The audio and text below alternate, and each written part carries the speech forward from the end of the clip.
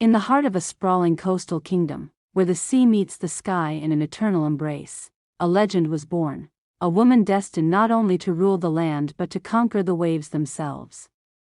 The kingdom of Eldoria, with its wind-swept cliffs, glistening shores, and bustling port cities, stood as a beacon of wealth and power. The people revered the sea, not just as a provider but as a force of nature that could grant or take away life in a heartbeat. The story of the Queen of the Coast begins with a child named Isolde. Isolde was born under an ominous sky, during a tempest that swept the shores with fury. Her mother, a noblewoman of the island's royal family, had just passed away, leaving her father, King Alaric, with a daughter whose destiny was as turbulent as the storm that had heralded her arrival. The kingdom had long been governed by a patriarchal order, where men held the power of leadership. But the sea, wild and untamable, was not kind to anyone, whether man or woman, and its unpredictable nature had no respect for tradition. Isolde's first breath was the start of a journey that would challenge not just the conventions of her people but the natural order itself. King Alaric, though heartbroken by the loss of his beloved wife, could not ignore the strange connection his daughter had with the sea. As a child, she would spend hours at the shore, her tiny hands trailing through the salt water, as if communicating with the waves themselves. In her early years, Isolde was different from other children.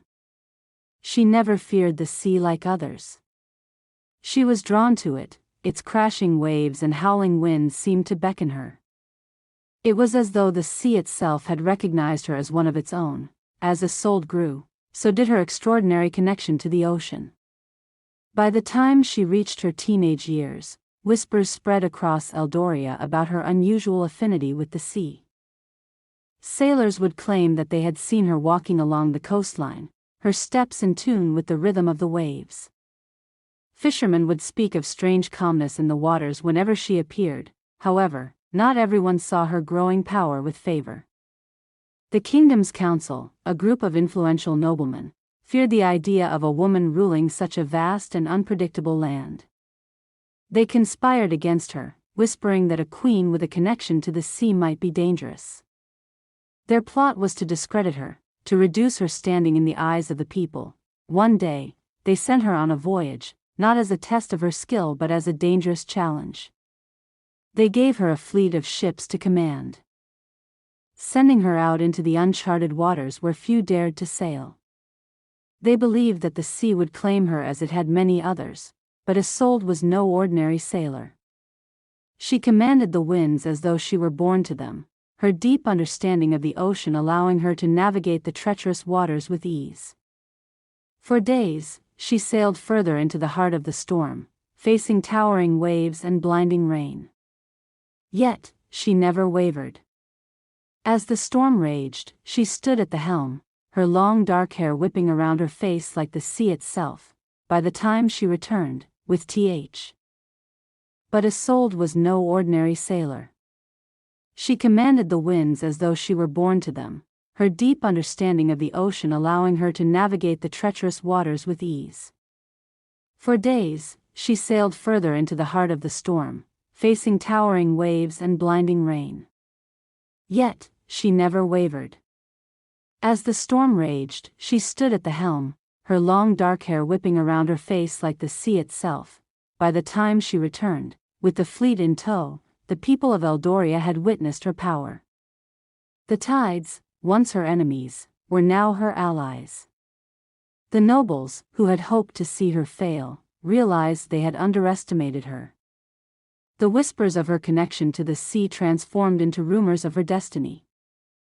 And slowly, the people began to speak of her not as a mere princess, but as a queen. As Isolde came into her full powers, the land began to shift. Political tensions between neighboring kingdoms started to rise. Eldoria, once a peaceful and prosperous coastal nation, was now caught in the crosshairs of foreign powers eager to control the seas. Pirates and mercenaries filled the waters, and rogue states sought to claim parts of Eldoria's coastline. Isolde, now an adult, realized that the fate of her kingdom was inextricably linked to the ocean. She began to study ancient texts about the sea kings, mystical beings believed to have once ruled the oceans with the power to control the elements. The text spoke of a prophecy: when the sea and sky call together, the queen of the coast will rise and unite the land and waters under her reign. Despite her youth, Isolde had already begun to gain recognition as a powerful leader, her reputation growing even stronger after a successful naval campaign against a notorious pirate lord named Dorian Blackwater, who had been terrorizing her people. With a fierce yet diplomatic approach, she had managed to not only defeat him but to convince his followers to join her cause, expanding her fleet and strengthening her. But not all were ready to see her rise. The court's nobles, jealous of her growing influence and fearful of her power, began to plot in earnest. They sought to marry her off to a powerful prince from a neighboring kingdom to ensure their control over the throne. Isolde, however, refused to be bound by the strings of political marriage. She wanted no part in alliances based on manipulation and deceit. Instead, she sought the true power of the sea, a power that would not be controlled by men in silk robes, but one that flowed through her, as natural as the tides themselves. With her fleet expanded and the support of many commoners and even some of the nobility, Isolde declared her independence from the kingdom's council. She raised her banner, a silver trident on a field of deep blue, and called herself the Queen of the Coast. Her first act as queen was to reclaim the coasts from foreign invaders. As her navy set sail, the waves parted before her ships, as if the sea itself was guiding her to victory. She met her enemies head-on, not just with weapons, but with wisdom. She knew that to win the battle for the coast, she would need to unite her people. Through cunning and diplomacy, she secured alliances with various coastal clans who had long been at odds with each other, but as Isolde's power grew, so did the resistance. The old king's enemies plotted against her, seeking to undermine her leadership. They accused her of being a witch, a woman too closely bound to the unpredictable forces of nature.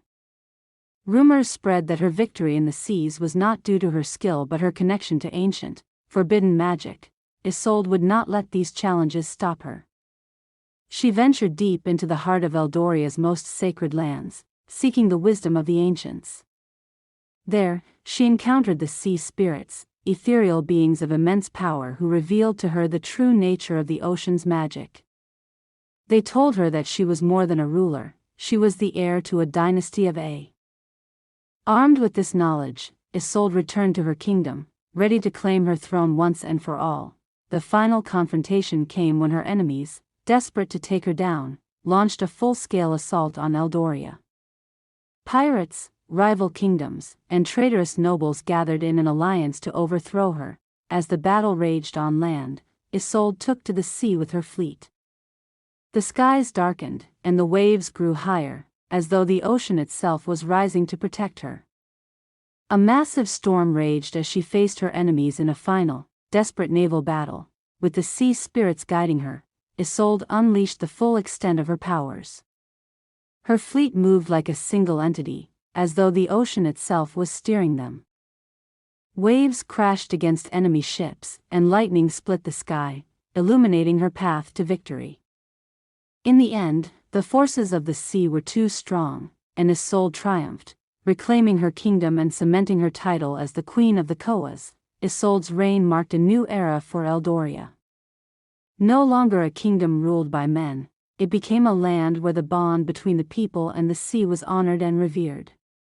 She ruled with wisdom, compassion, and strength, knowing that the true power of a leader came not from domination but from harmony with the natural world. The Queen of the Coast became a legend, her name whispered on the winds and across the waves. Her legacy lived on, not just in the chronicles of her people but in the very tides that shaped their destiny.